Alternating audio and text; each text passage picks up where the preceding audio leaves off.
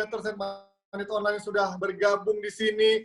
Kita kembali berdiskusi lewat conference call atau dari rumah terkait situasi yang memang menyebabkan kita sekarang harus dari rumah. Dan sekarang sudah bergabung, ada Coach Justin di sana di rumah juga, ada Binder di sana, dan juga ada Pak CEO Valentino Simanjuntak dengan rumah barunya, nggak pernah keluar rumah, tapi ya sekarang ya betah di rumah semuanya.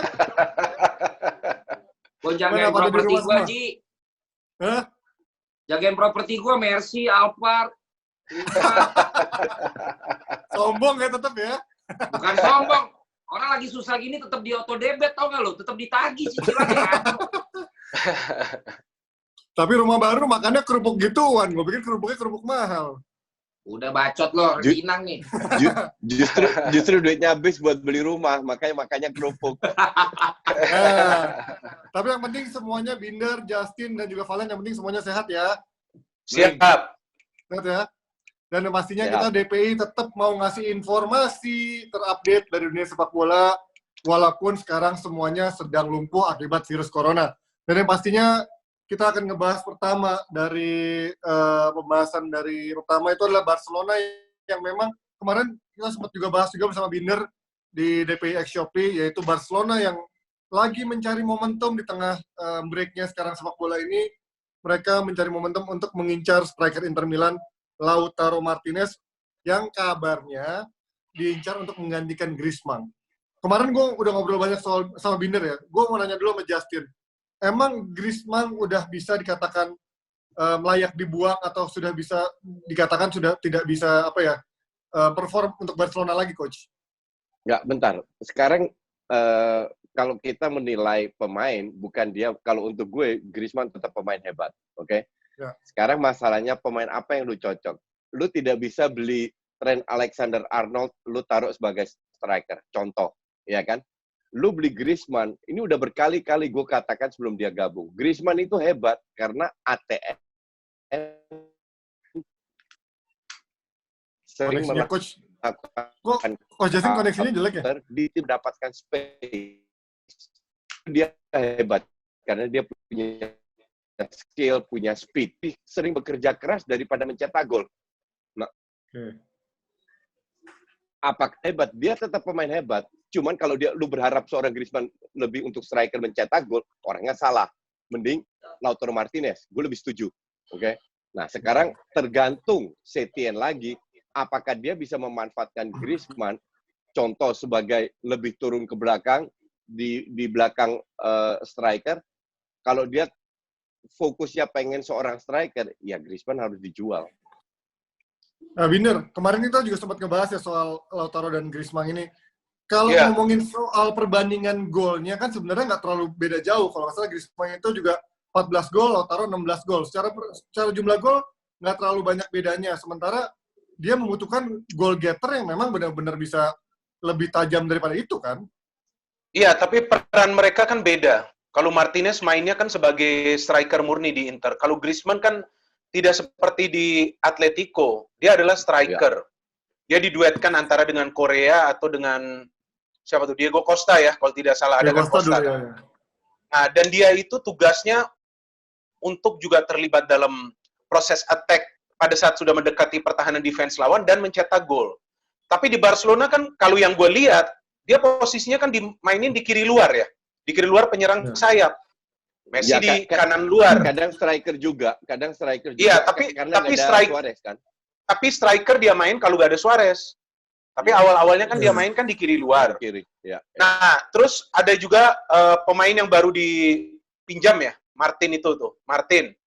Nah, Martin ini kan juga ternyata ya Braithwaite. Martin ini kan juga ternyata bukan striker. Justru gue lihat di beberapa 2 game terakhir ya. Kalau tidak salah Martin tuh mainnya justru di kanan luar, Messi yang lebih banyak nusuk dari tengah. Maka itu Messi bisa produktif dalam beberapa game terakhir. Ada umpan-umpan juga dari Martin. Tapi yang kalau kita berbicara soal peran Griezmann, kalau dibandingkan dengan gol dia di Atletico Madrid yang sekarang ini yang menjadi perbandingannya pada saat dia di Atletico Madrid dalam periode yang sama dia sudah cetak belasan gol di La Liga. Gue bicara di La Liga. Tapi di sekarang ini baru 8 atau 9 gol, gue tidak ingat. Nah, ini kan perbandingannya juga tidak pas ketika peran dia berbeda. Setien sendiri sebetulnya mengandalkan Griezmann loh. Kalau Iya. gue lihat catatan sejak Setien jadi pelatih main di La Liga, Griezmann tuh selalu menjadi pilihan utama. Dia masih memberikan chance kepada Griezmann. Cuma kalau karena nggak banyak pilihan juga, Bender. Iya, itu pertama di posisi kiri. Sebetulnya kan ada Dembele, tapi Dembele juga agak lebih bagus daripada si Cedera Griezmann. juga ya. Nah, dan Griezmann ini kan memang dikontrak untuk memperkuat sektor kiri tersebut yang dianggap Dembele ini tidak perform. Kan Messi juga pernah mengeluhkan soal Dembele musim lalu. Bahwa ia kecewa kenapa Dembele yang dibeli untuk gantikan Neymar. Gimana Coach? Nah, Lo setuju? Itu kan. Gue agak punya pendapat yang berbeda karena Dembele biasanya memang dia bisa di kiri kanan. Kalau Bender bilang dia lebih sering dipercaya, iya. Tapi murni karena ya nggak ada orang lagi. Nah, kenapa nggak ada orang? Karena lu tidak bisa mengandalkan Ansu Fati di kanan. Nah, jadi Griezmann ini lebih fleksibel. Pada saat ada Dembele lebih dari kanan, sekali-sekali di kiri. Pada saat Ansu Fati keluar, Dembele gantiin Suarez. Griezmann gantiin Suarez, Ansu Fati di kiri. Nah, sekarang Dembele cedera, Messi ditaruh di kanan yang nusuk ke belakang. Nah, yang jadi masalah dengan Barca adalah entah itu namanya Griezmann, entah itu Braithwaite, entah mereka itu bekerja keras semua.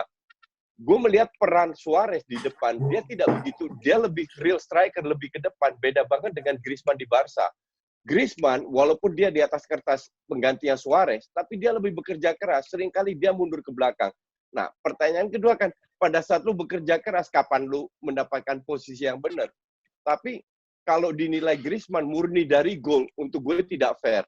Karena Griezmann seringkali sebagai orang yang buka ruangan. Jadi Pelayan dia membuka ruangan ke kanan, terus sama Messi tidak dipasing ke dia, tapi dia narik lawan. Messi justru memasing ke orang yang masuk yang posisinya ditinggalin oleh Griezmann. Dan itu penting sekali, cuman orang nggak ngelihat itu. Orang hanya ngelihat golnya.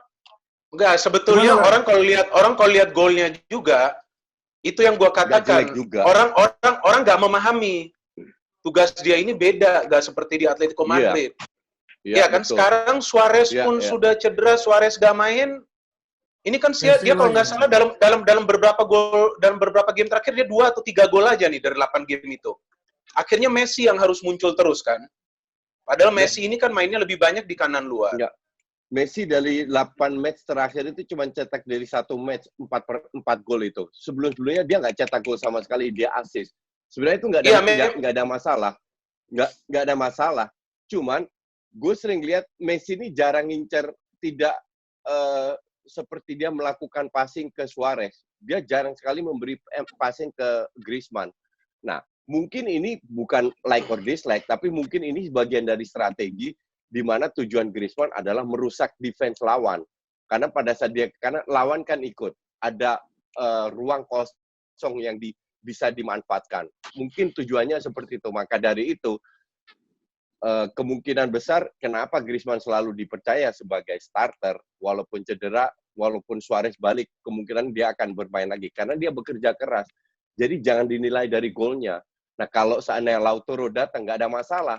Karena lu sebagai tim Barca bermain di 4 kompetisi, lu tidak bisa ngandelin Suarez yang lebih tua lagi. Jadi, untuk gue ini agak aneh kalau posisinya Griezmann dibandingkan dengan Lautaro. Lebih cocok seandainya mereka ingin mendatangkan Neymar, diganti untuk Neymar. Karena posisinya dua-dua dari kiri. Kalau nggak balikin aja Coutinho, beli aja lagi Coutinho nggak buruk atau Coutinho bisa bermain dari tengah. Coutinho pasti balik kan, musim depan pasti balik kan di Barcelona kan? Iya, balik, tapi bisa dijual lagi. Kan menurut media, gosip atau enggak, Coutinho dan Dembele akan jadi barter atau dijual karena nilainya masih tinggi untuk Lautaro dan si Neymar. Gimana Len? Lo karena kalau Griezmann yang dibarter sama Lautaro, dia kehilangan satu pemain penting loh di posisi itu. Benar, Griezmann, setuju. Siapa gantinya Griezmann? Ya. Gimana Len? Lo ngelihat pemain yang dibeli 120 juta euro, terus tiba-tiba mau diganti lagi dengan pemain yang cuman katanya kalau di media manas-manasinnya karena rekomendasi dari Messi doang, bos kecilnya Barcelona itu menurut lo worth it nggak sih dia beli 120 juta euro, tiba-tiba semusim diganti sama pemain yang belum jelas kinerjanya cuman baru semusim doang di Serie A kan si Lautaro. Ya yang jelas yang nggak jelas kita dulu dah. Orang lagi gimana kita tetap aja ngomongin bola kan gitu ya. Tapi ya inilah komitmen DPI kan. Kita tetap mengupdate kejadian terkini, tapi kita juga tetap ngomongin bolanya, bener nggak? Justru Bang, sorry interupsi. Justru Bang, orang butuh ini. Sepak bola ini hiburan loh. Betul. Orang pengen mendengar ini orang bangke lah, orang lagi mikirin keselamatan nih. Iya, betul. Si Lautaro mau masuk ganti Griezmann, bodo amat dah. Ada juga yang enggak, karena gua aja sekarang kalau nonton TV gua udah gak nonton channel news loh. Udah nontonnya film atau nonton lain. Enggak, gue itu tiap hari gue tiap hari diminta untuk bikin video karena mereka kehilangan bola. Jadi bahkan gue udah nggak tahu suruh bahas makanan sehat. Apa yang mau dibahas? Nggak ada. Semua minta gue bahas biar ada something yang berhubungan dengan bola. Enggak, actually bisa aja kita bahas lagi soal bola di YouTube. Kalau kita udah tahu kapan nih akan dimulai, udah gitu aja. Kira-kira nih udah ada nih time frame-nya yang fix. Ini sekarang kan nggak tahu kita. Kecuali ini kan sekarang enggak sekarang lu tau gak Bang, yang paling kreatif di antara kita siapa? Kan lo. Lihat dong konten lo bagaimana. Gua gak ada konten di Instagram Pak, cuma yang berjemur aja. Lu kan ada rutinitas. Kita nganggur nih, gimana coba? Tapi jawaban gue terakhir Olimpiade diberhentiin juga ya di suspend. Udah ya, fix ya. Oh jadi berhenti katanya Tokyo tetap jalan. Hari ini yang gue baca, Olimpiade kemungkinan besar, belum fix, kemungkinan besar diberhenti juga. Akhirnya di Tokyo kan? mengakui bahwa dia salah. Ya. J. Oh, yo. Gue balik lagi ke yang tadi, kalau gue salahnya si pelatih sih menurut gue. Berarti si Valverde? Ya, siapapun yang bikin dia nggak tajam salah ya.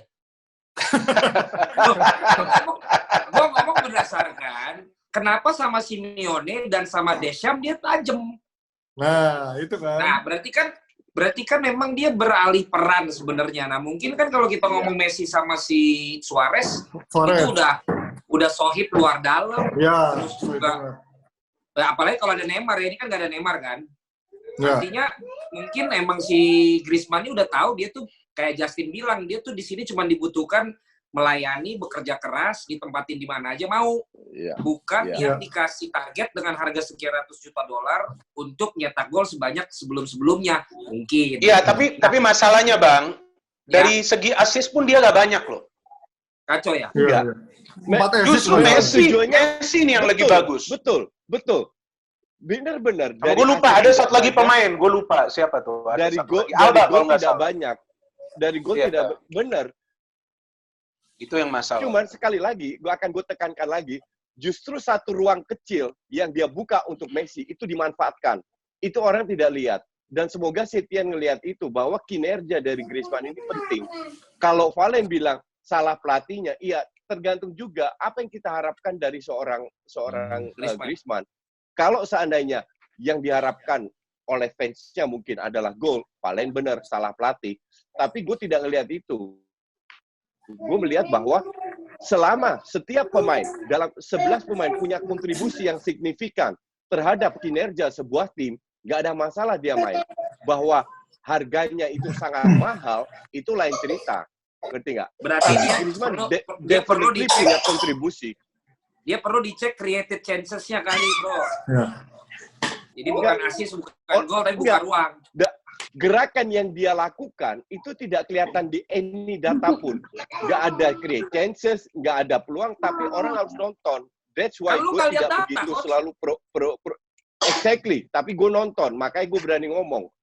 Maka dari itu gue bilang, Griezmann perannya itu penting sekali untuk ranking 1 Barca sekarang, di luar gol dan di luar assist, peran Griezmann itu penting. Nah, cuman yang nggak ada, cuman lu harus nonton. Cuman yang nggak ada persaingan sebetulnya di depan untuk saat ini Messi sama Griezmann. Messi fit pasti main, Griezmann fit pasti main. Ya tapi udah itu aja. Nomor 1 bukan karena Barcelona, tapi karena kesalahan Zidane. Nah, tapi kan problemnya adalah kemarin Barcelona sudah membeli beberapa pemain yang memang ditugaskan untuk lini depan, Coutinho untuk menggantikan Neymar. Terus ada Malcolm juga. Dembele juga walaupun suka cedera, tapi pas main juga nggak terlalu sering bentar, kontribusi juga kan? Lu tidak bisa menilai mereka karena mereka itu berada di bawah Valverde. Kita tahu betapa bapuknya Valverde.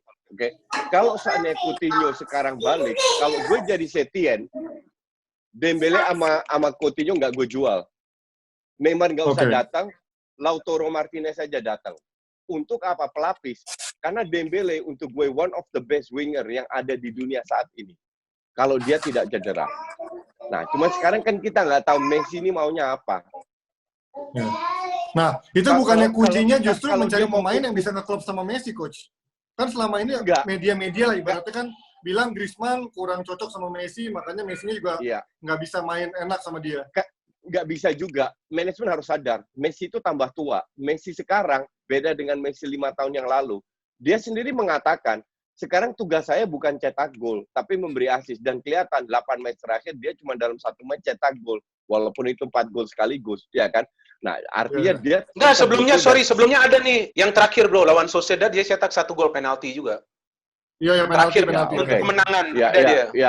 Itu satu penalti. Dalam arti tidak terlalu signifikan seperti sebelumnya.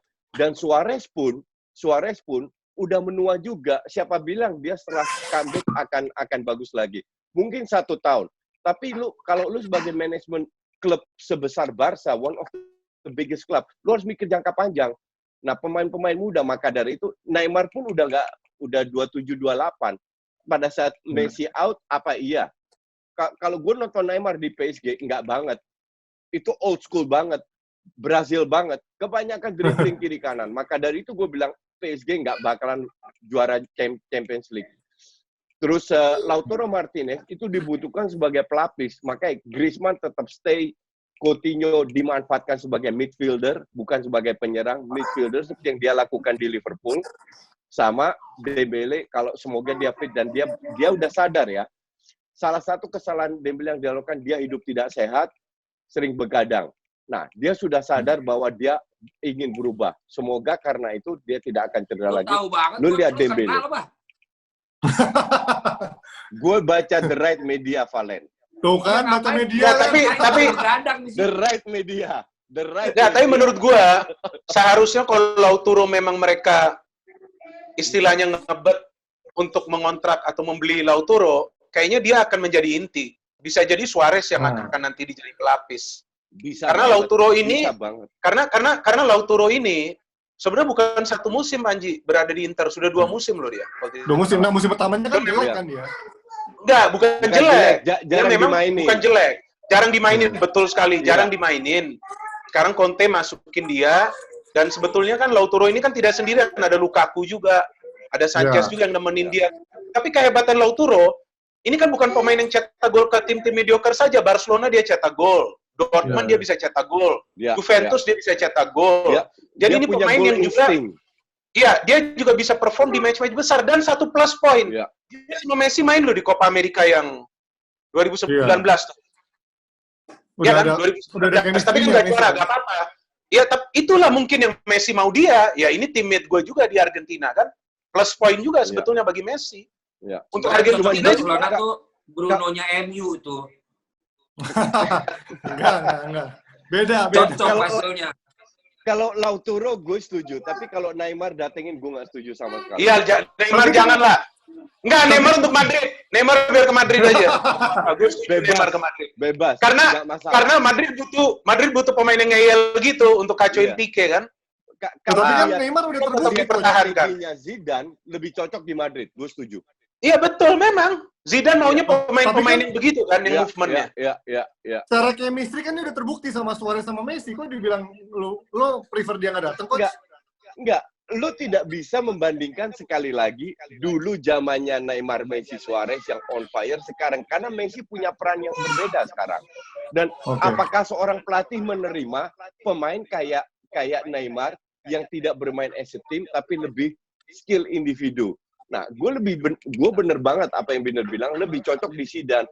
Zidane membutuhkan pemain bintang kayak Ronaldo yang bisa mengeluarkan skill individunya. Nah, di bawah Setien enggak.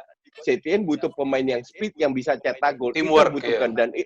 Dan itu lebih cocok di posisi Lautaro daripada seorang Neymar. Oke, taruhlah kalau emang lo memang pengen Martinez datang, tapi sebagai syaratnya Barcelona harus menjual satu pemain di lini depan. Siapa yang bakal lo jual dari Barcelona? Binder, coach. Coach aja dulu. Coach, siapa coach? Depan nggak murah kan? Martin Braithwaite. Itu kan dipinjam kan? Itu kan dipinjam kan? Dipinjam bukan? Ya, dibeli. Oh, dibeli. Oh, udah dibeli. 15 juta. Lautaro tuh harganya 120 juta. Harus ngejual satu pemain. Dembele gua. Dari tengah aja dijual. Mungkin Coutinho yang dijual. Coutinho ya? Bukan Dembele. Ya. Iya, dari tengah lah. Griezmann tetap stay, ada Ansu Fati, Dembele fit, Lautaro masuk, Messi, Suarez harusnya bisa. Kalau menurut gue dari depan sih kemungkinan akan dipertahankan. Mungkin Rakitic kali yang keluar. Kita nggak pernah harganya udah nggak nyampe. Udah murah kan mungkin harganya. Rakitic kali yang dijual. Pasti dijual itu. Bukan mungkin. Rakitic pasti dijual. Iya. Dembele udah jual orang sepatu kaca gitu, cemen, cupu. Nah, sekarang kita ada pertanyaan dari Jebreters nih. Tentang perbedaan false nine. Dia membandingkan false nine timnas Spanyol dengan yang diterapkan Liverpool saat ini dengan peran Firmino. Bedanya apa sih? Satu orang semenit aja, udah tinggal 8 menit. Nah, ayo, Binder. Oke. Atau coach? Binder dulu. Enggak, pertama kan yang harus kita pahami, false nine ini kan bukan posisi. Ya, strategi. Nggak ada posisi pemain dalam false nine. Ini kan strategi. Jadi yang bisa menjadi false nine itu bukan selalu pemain yang berada di gelandang atau pemain yang berada di sektor tengah lainnya. Tapi bisa juga penyerang sayap. Yeah. Seperti Messi, setahu gue, ini kan dia sebetulnya awalnya kan sebagai begitu perannya. Yeah. Dia tipenya untuk masuk di daerah yang kosong. Dan false nine ini sebetulnya pemain yang memiliki visi juga. Kalau menurut gue, yang pertama sebetulnya peranin false nine itu Francesco Totti. Iya, dulu ya. Ya, kalau menurut gue loh ya. Jadi dia attacking midfielder.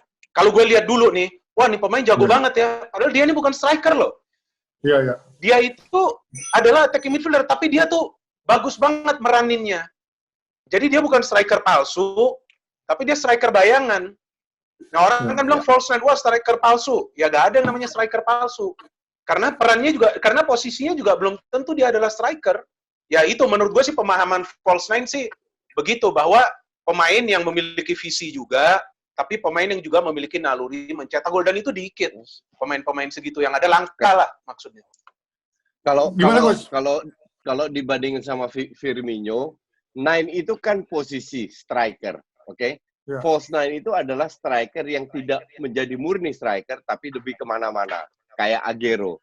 Nah sekarang dari pertanyaan kan Firmino turun, tapi dia lupa Firmino memang turun, tapi posisi 9-nya diisi sama Salah. Jadi posisi 9-nya tetap ada.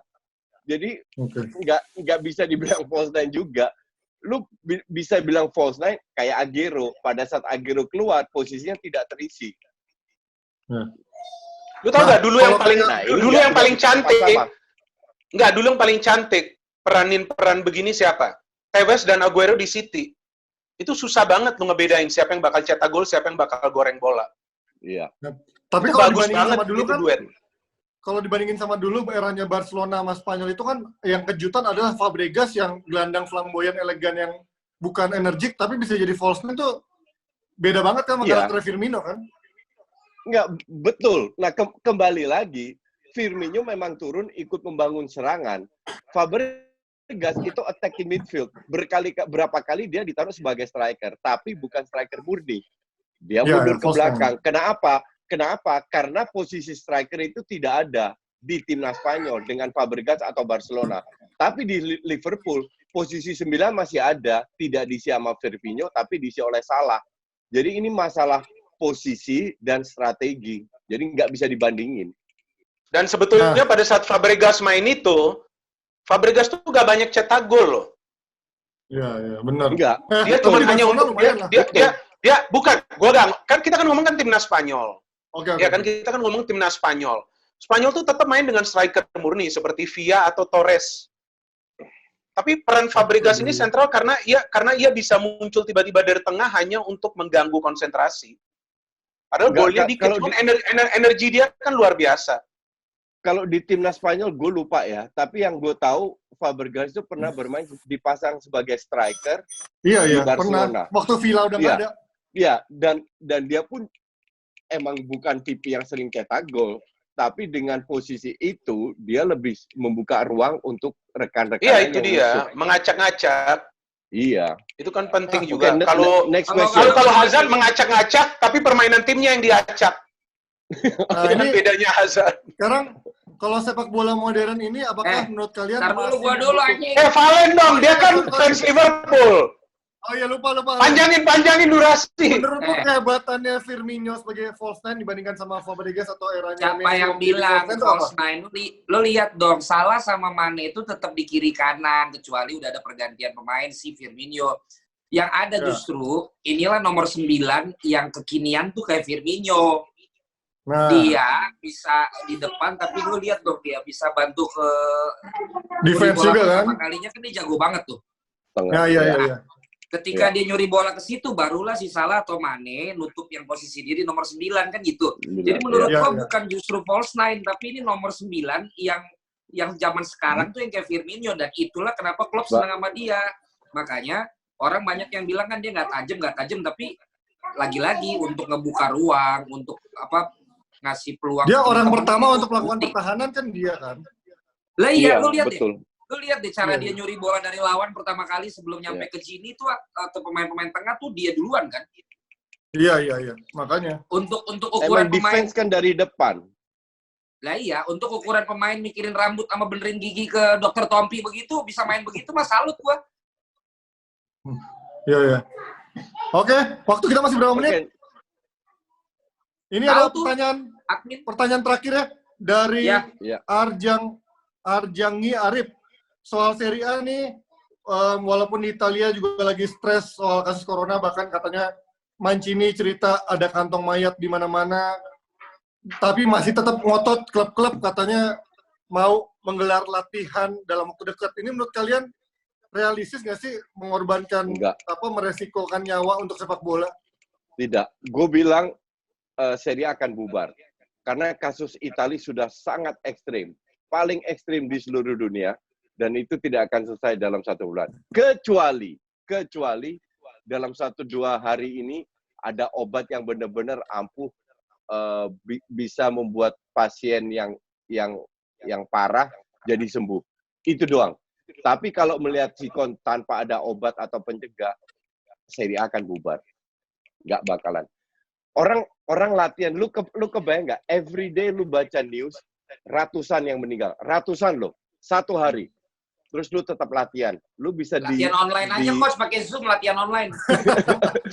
Lu bisa digebukin 1 kota loh, ngerti nggak? Lu tidak punya empati. Dan ini sekarang bukan match fit. Lu butuh waktu lama, 2-3 minggu latihan agar lu mencapai level match fit. Iya, kalau untuk Serie A kan sekarang ini kita jangan lihat lagi soal Italia dari segi kompetisi sepak bola. Tapi lain-lain aspek juga ini kan kena imbasnya. Dan setelah kita menganggap bahwa segera ya ini akan berkurang dan nantinya berakhir, trauma dari para rakyat ini juga kan pasti ada di mereka. Mereka kehilangan saudara mereka, kerabat mereka. Apakah wajar nggak mereka langsung bermain sepak bola? Kan ada hal yang lebih penting lagi, manusia. Ya kan, betul. Kesehatan mereka ke depannya seperti apa? Perbaikan infrastruktur secara ekonomi. Ya kalau memang berbicara Serie A, ya gue sepakat dengan Justin, ini udah batal. Udah lagi pula kan sekarang ini gue juga tidak yakin ada yang masih dalam mood ya, warga Italia yang di sana untuk berbicara soal sepak bola lagi loh. Ini sekarang mereka udah berbicara soal safety mereka secara health dan juga secara life kan. Kan banyak yang juga korban jiwa. Iya, karena kasusnya tuh benar-benar ekstrim. Sekarang udah 50 ribuan kalau nggak salah yang tercatat. Dan bro, ini seperti yang gue pernah katakan di grup dan gue nggak mau share di sini, itu gak ada yang hoax loh. Iya. Itu benar apa adanya loh. Yang kita dengar kan banyak yang mengatakan, wah enggak lah ini hanya untuk menakut-nakuti. No, that's real. Jadi kita jangan menganggap hal-hal seperti itu remeh atau kita bilang wah ini bohong, enggak. Itu benar. Apa adanya. Seperti yang tadi si Panji bilang soal Mancini ngomong kan, ya mungkin itu benar juga. Ya menurut saya benar lah. Rata-rata di Itali sekarang kan 525 per hari. Yeah. Kemarin 751, hari ini jadi 627 apa? Tapi itu bukan ini yang meninggal. Ini yang meninggal. Itu yang korban. Korban ya, korban jiwa positif, ya. Positif ya. Oh yang positif. Bukan. Meninggal. Oh meninggal. Meninggal. Oh iya itu kan tadi karena orang tuanya nggak dipisahin kan soalnya di sana itu. Ya pokoknya udah parah banget lah. Jadi bener sih, udahlah kita lihat di sana sih, yang penting lewatin dulu masa itu, dan jangan lupa kita di sini juga kan udah diberhentiin tuh untuk batas waktu kan. Jadi ya mudah-mudahan semuanya lewat dulu deh masalah ini kan. Iya. Berarti artinya kompetisi menurut kalian memang sudah akan dihentikan tanpa menentukan juara peringkat untuk Liga Champions maupun degradasi di Serie A. Listen, nggak ada yang peduli sekarang. Liverpool pun, gue baca Jurgen Klopp ngomong, nggak peduli sama sekali mau juara atau nggak. Bener-bener nggak peduli. Sekarang kenyamanan. Dan Inggris ini masih lama meningkat loh. Masih belum terlalu banyak. Masih akan nge-peak lagi. Peaknya kapan nggak tahu. Makanya sekarang mending fokus, mending kayak kita aja work from home, kita menghibur dengan info yang kita miliki. Iya. Nggak ada yang ada di lapangan, keluar rumah dan lain-lain. Ini satu-satunya obat adalah stay at home. Ya merokok ya, Coach. Ngerokok. Jangan merokok, Coach. Itu dia. Oke lah. Itu aja pertanyaan-pertanyaan dari Jebretor hari ini. Oke, kita very good. Jadi gimana, Len? Tiap hari nih sekarang berarti DPI akan conference dari rumah. Gimana Bang, CEO? Gimana Bang? Ya, Senin sampai Jumat. Kita harus Senin sampai Jumat? Ya? Oke, mantul. Siap. Nah, berarti kita juga akan usahakan supaya akan live terus, tapi dari rumah kayak gini, dengan conference, dan pastinya ntar Depdagri bakal ada juga nggak, Len? Depdagri karena Liga 1-nya diberhentiin total, gue lihat dulu deh kondisinya. Bingung juga mau ngomong apa. Enggak, bener. Karena lu tahu kenapa? Baru 3 pekan. Iya, belum ada baru 3 match day kan? Apa yang lu mau bicarakan? Udah lo mendingan nonton ini aja, nonton YouTube-nya Hamka aja lah. YouTuber dia kan tapi yang penting kita juga pikirannya juga harus sehat loh, jangan cuma badan. Ya. Betul. Bener loh, serius gue ngomong. Jangan kita dalam kondisi yang takut atau apa stres, jangan. Iya. Kan Bang CEO kita kan udah tahu cara-cara naikin imunitas. udah dia share di grup juga kan beberapa kali, jadi kita ikutin aja. Iya, dan juga berbagai posisi ya, dilihat ya posisi ya. Posisi apa? Kalau ya jangan tindihan, pegang tangan, ya pokoknya gitulah posisi-posisi diperhatiin. Oh, posisi itu. Ya. Oke. Kita berarti akan fix, DPI akan hadir tiap hari memberikan wawasan dan informasi sepak bola dari beberapa pandit yang pasti juga pada lagi nganggur. Kalau nggak bikin konten YouTube. Kasih pertanyaan Ji, penonton. Oh iya, para Jebretors dan juga pandit online, pastinya kalian boleh ngasih pertanyaan yang nantinya akan kita jawab di live tiap harinya. Jadi boleh kirim DM ke Instagram kita, ataupun nanya lewat YouTube, nanti akan kita sharing pertanyaan-pertanyaan yang bagus. Nanti bakal kita pilih, dan nantinya juga pasti bakal ada voucher atau souvenir yang menanti dari Valen. Macam-macam lah hadiahnya. Motor, mesin cuci, itu bisa aneh-aneh lah dari Valen hadiahnya kan. AC. Jam tayang.